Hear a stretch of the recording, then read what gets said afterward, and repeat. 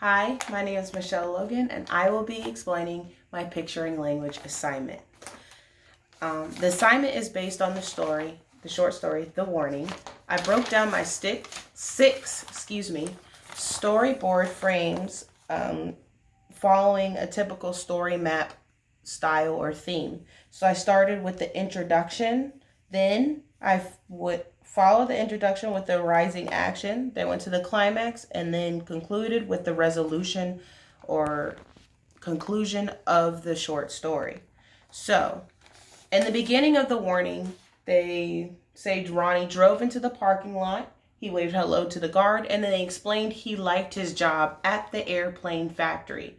Then in the intro, they explained that he walked down a long hallway, he went to his small desk, and he put his keys on the desk. So I did my first block, I split it. Now you see him, he has a smile on his face because he's happy to work at the airplane factory, and I labeled the airplane factory big letters right here, and they describe it being a big building, so I try to make the building look big. You see the many windows, the doors, and all that. Then you see under the split, that's Ronnie right here walking into his office.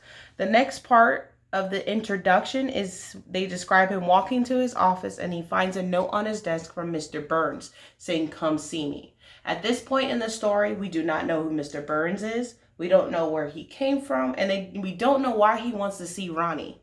So I drew exclamation points. This is the back of Ronnie's head. He has his hand to his head because he's trying to figure out why exactly does Mr. Burns want to see him. You see the exclamation points to indicate that he's surprised. In the story, they say he put his keys on the desk, so I had to pay attention to detail because you got to relate the picture to the story. You see the keys on the desk right here. Next part, they say Ronnie walked back out of the door of the building he just came in and across a parking lot. Again, they don't explain where exactly Ronnie is going, but they did say that he's walking out across the parking lot. So we're going to assume that he's walking out of the airplane factory to another building. I illustrated him walking across the parking lot here. Also within this this square, you'll see he has different thought bubbles. Because at this point in the short story, they're asking a series of questions. What did Mr. Burns want to see him about? Maybe it's because Ronnie was called out sick the day before. But he's also thinking people are always so nice about it. He's still trying to figure out why Mr. Burns wants to see him. So I illustrated that by drawing different thought bubbles with these different statements in it, because this is what's running through Ronnie's mind right now. Why does Mr. Burns want to see him? So next in the story, they say, again, they don't say where exactly Ronnie is going, but they're telling you that he's going there. So next they tell you that he opens a glass door and he walks down a hallway and he opens a door to Mr. Burns' office. So I illustrated this in this block here, block 3. You see the door right here. It's labeled Burns on the back to show that this office or this door belongs to Mr. Burns. It is his. In this part of the story, before this particular block happens, he encounters a woman who we can only assume is Mr. Burns' secretary. The woman asks him how can she help him. He explains why he's there. Then she goes to notifies Mr. Burns that Ronnie is there to see him. This part in the part I illustrated is the part in the story where they explain Ronnie's sitting there waiting for the woman to come back, and it feels like hours. However, he looks at the clock and realizes only 10 minutes have gone by. And I illustrate that he's sitting here. You see he has a nervous look on his face, because at this point, again, he still has no idea why he's there. He's anticipating seeing Mr. Burns. Here's him looking up at the clock. And I also went ahead and provided some foresight at this point, because again, in this story, we really don't know where he's going. We don't find out where he is until the dialogue or the conversation he has with Mr. Burns. But I provided some foresight, and I went ahead and put a sign on this desk right here, which is this woman who we assume is the secretary's desk, and it says Human Resources. Okay. And then you see the woman here telling Ronnie that she will see him now. So at this point in the story, Ronnie then follows the woman to where Mr. Burns is located.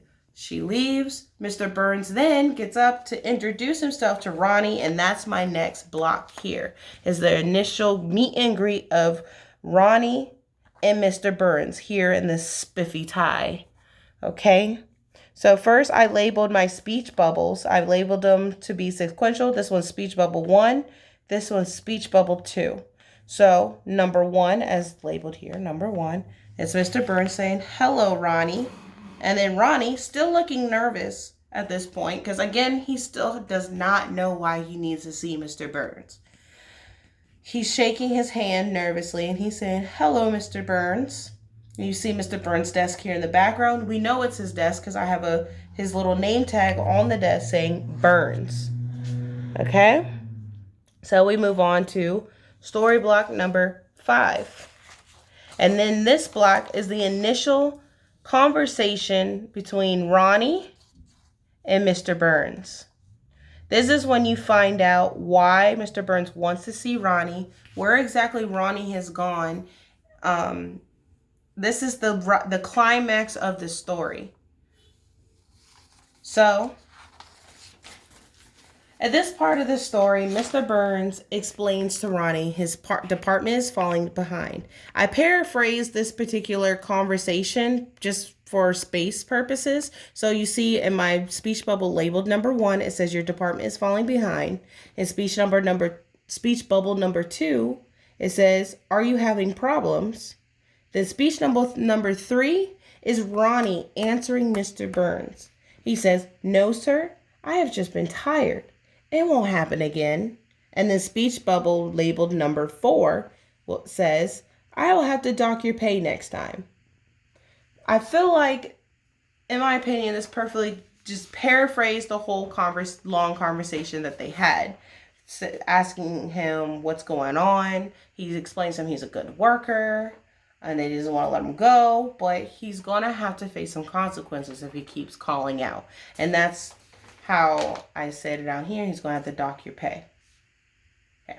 So now that the climax is over, we're going to the falling action and down to the resolution. And the resolution is, again, Mr. Burns telling Ronnie that he's going to have to suffer consequences if he keeps calling out. And then Mr. Burns gets up, stands up, and that cues Ronnie to stand up too and exit out the room. And you see I have the door open. Ronnie's walking away. Mr. Burns is up. He's not smiling. He's not frowning because they never really described or explained any emotion of Mr. Burns. They kind of just explained him as him doing his job for the most part. Ronnie, however, during the dialogue, he apologizes. You can sense that he's kind of embarrassed to be in the office, that he's embarrassed to be called up there. So I illustrated him, kind of that embarrassment in his face. You'll see like he doesn't have the shakes around him anymore. So I guess he's not nervous, but he's also not satisfied either. Like I said, he's kind of embarrassed. So I drew that embarrassment on his face as he's leaving or exiting Mr. Burns' office. And that's how the short story, The Warning, concludes. And that's how I concluded my picturing language assignment. Thank you for watching. Again, I am Michelle Logan. Have a good night.